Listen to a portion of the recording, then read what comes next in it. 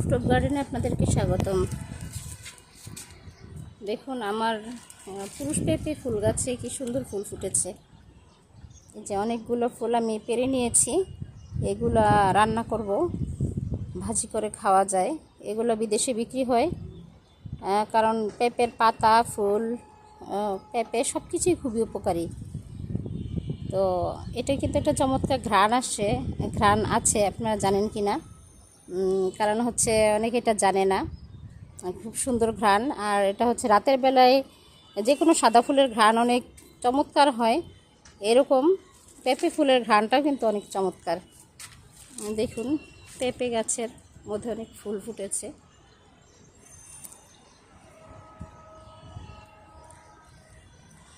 এই ফুল থেকে ফল হয় না, কিন্তু এই ফুলটাই কিন্তু খাওয়া যায় ভাজি করে, এবং এটা স্বাস্থ্যের জন্য উপকারী।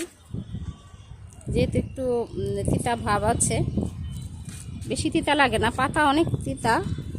পাতা হচ্ছে ডেঙ্গু রোগীদের জন্য মহৌষধ, রস করে খাওয়া হয়, কিন্তু ফুলটা হালকা তেতো ভাব আছে, কিন্তু এটা খুবই উপকারী। এটা উপকারের জন্য ভাজি করে খাওয়া যায়, অন্যান্য সবজি উপাদান দিয়ে অথবা শুধু ভাজি করে খাওয়া যায়। এই জন্য উপকারী দ্রব্যটা আপনারা ফেলে দিবেন না,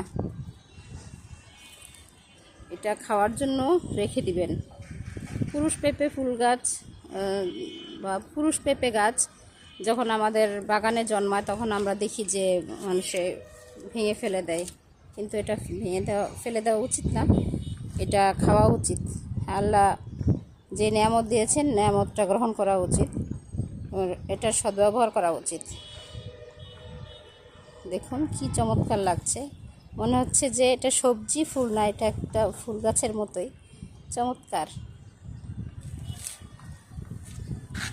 প্রকৃতিতে আমাদের অনেক উপকার রয়েছে, আল্লাহ তাআলা আমাদের উপকারের জন্য অনেক কিছু দিয়েছেন, কিন্তু আমরা সদ্ব্যবহার করি না বলেই এই জিনিসগুলোর মূল্য বুঝি না, এবং আমরা এগুলো সদ্ব্যবহার করি না।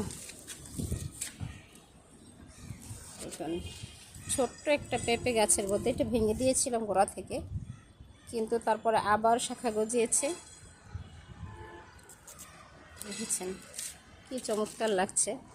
আমি তো সৌন্দর্য দেখে অভিভূত, এবং একটা চমৎকার ঘ্রাণ আসছে, সেই ঘ্রাণটা তো আপনাদেরকে বোঝাতে পারবো না। আপনাদের যাদের গাছ আছে আপনারা ঘ্রাণ শুকে দেখবেন, চমৎকার একটা ঘ্রাণ আছে, ওইটা খাওয়াও যায়।